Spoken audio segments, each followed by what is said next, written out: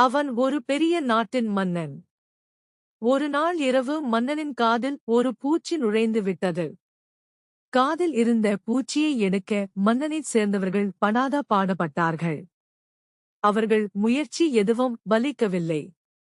மன்னனின் பிரச்சனையை தீர்த்து வைப்பவர்களுக்கு பிரமாண்டமான பரிசுகள் அறிவிக்கப்பட்டன. எங்கிருந்தெல்லாமோ வைத்தியர்கள் வந்தார்கள். யாராலும் அந்த பூச்சியை வெளியே எடுக்க முடியவில்லை. மன்னனால் தூங்க முடியவில்லை. உணவும் குறைந்து விட்டது. மன்னன் பொலிவு இழந்தான். இந்த நேரத்தில் இமயமலையிலிருந்து ஒரு துறவி வந்து சேர்ந்தார். மன்னனின் காதை நன்றாக பரிசோதித்தார். இது மிகவும் அபூர்வ வகை பூச்சி. நம் பக்கத்து மூலிகைகளுக்கு இது கட்டுப்படாது. இங்கிருந்து 100 யோஜனை தூரத்தில் உள்ள ஒரு காட்டில் விளையும் அபூர்வமான ஒரு மூலிகைக்குத்தான் இந்த பூச்சி கட்டுப்படும். இன்றே என் சீடர்களை அனுப்புகிறேன். எப்படியும் 1 மாத காலத்திற்குள் அவர்கள் திரும்பி வந்து விடுவார்கள். அதன்பின் உங்கள் பிரச்சினை முற்றிலுமாக தீர்ந்துவிடும், கவலைப்படாதீர்கள் என்றார். 3 வாரங்களில் சீடர்கள் மூலிகையுடன் வந்தார்கள். மறுநாள் காலை வெடிவதற்கு முன்னால் பிரம்ம முகூர்த்த நேரத்தில் மன்னனின் காதில் அந்த மூலிகைச் சாறு அரைத்து ஊற்றப்பட்டது. அடுத்த சில நொடிகளில் செத்த பூச்சி வெளியில் வந்து விழுந்தது. மன்னனிடம் அந்த பூச்சியைக் காட்டினார் துறவி. மன்னன் இப்போது நிம்மதியாகத் தூங்கினான். நன்றாக உண்டான். பழைய பொலிவு திரும்பிவிட்டது. அவருக்கும் அவரது சீடர்களுக்கும் உரிய மரியாதை செய்து அனுப்பி வைத்தான் மன்னன்.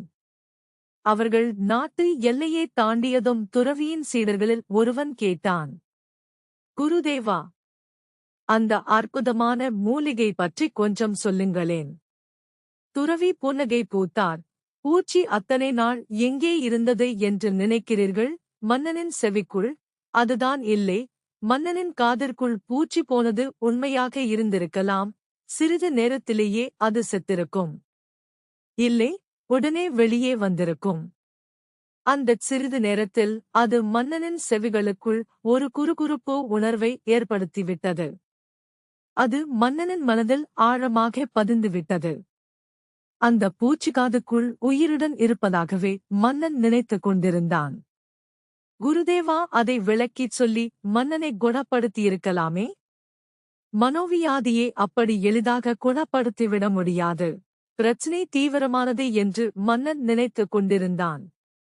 அதனால் தான் நானும் சிகிச்சை தீவிரமானது என்று பாசாங்கு செய்தேன்.